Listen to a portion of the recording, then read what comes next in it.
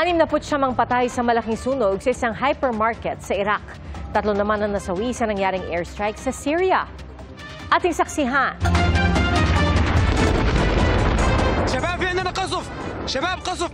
Malakas na pagsabog ang bumulabog sa live na pag-uulat ng reporter ng Al Jazeera sa Damascus, Syria.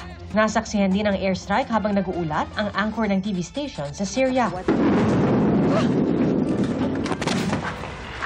Compound ng Army Headquarters sa Damascus ang tinamaan ng airstrike na pinakawalan ng Israel. Tinamaan pati ang isang lugar malapit sa Presidential Palace. Di bababa sa 3 ang patay. Giit ng Israel sa Syria, ginagawa ito para protektahan ang Druze community sa southern Syria, isang ethnic group na mayroong din mga miyembro sa Lebanon at Israel. Ang timog na border ng Syria malapit sa Golan Heights na teritoryong okupado ng Israel. Hindi raw papayag ang Israel na maging pugan-an nila ng terorismo ang southern Syria. Giit naman ng interim president ng Syria, prioridad nilang protektahan ang mga Druze.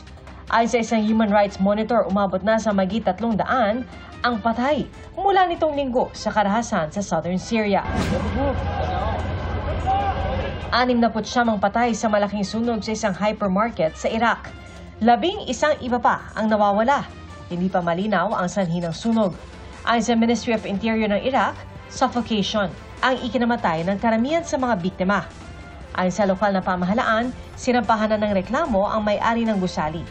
Nagdeklara rin ng 3 araw ng pagluluksa para sa mga biktima. Sa South Korea, 4 ang patay at mahigit 1,000 ang inilikas dahil sa matinding pag-ulan.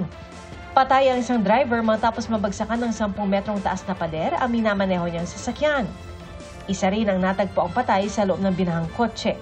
Ayon sa Korea Meteorological Administration, record rainfall ang bumagsak sa ilang lugar malapit sa kabisera ng Seoul. Mga kapuso, maging una sa saksi. Mag-subscribe sa GMA Integrated News sa YouTube para sa iba't ibang balita.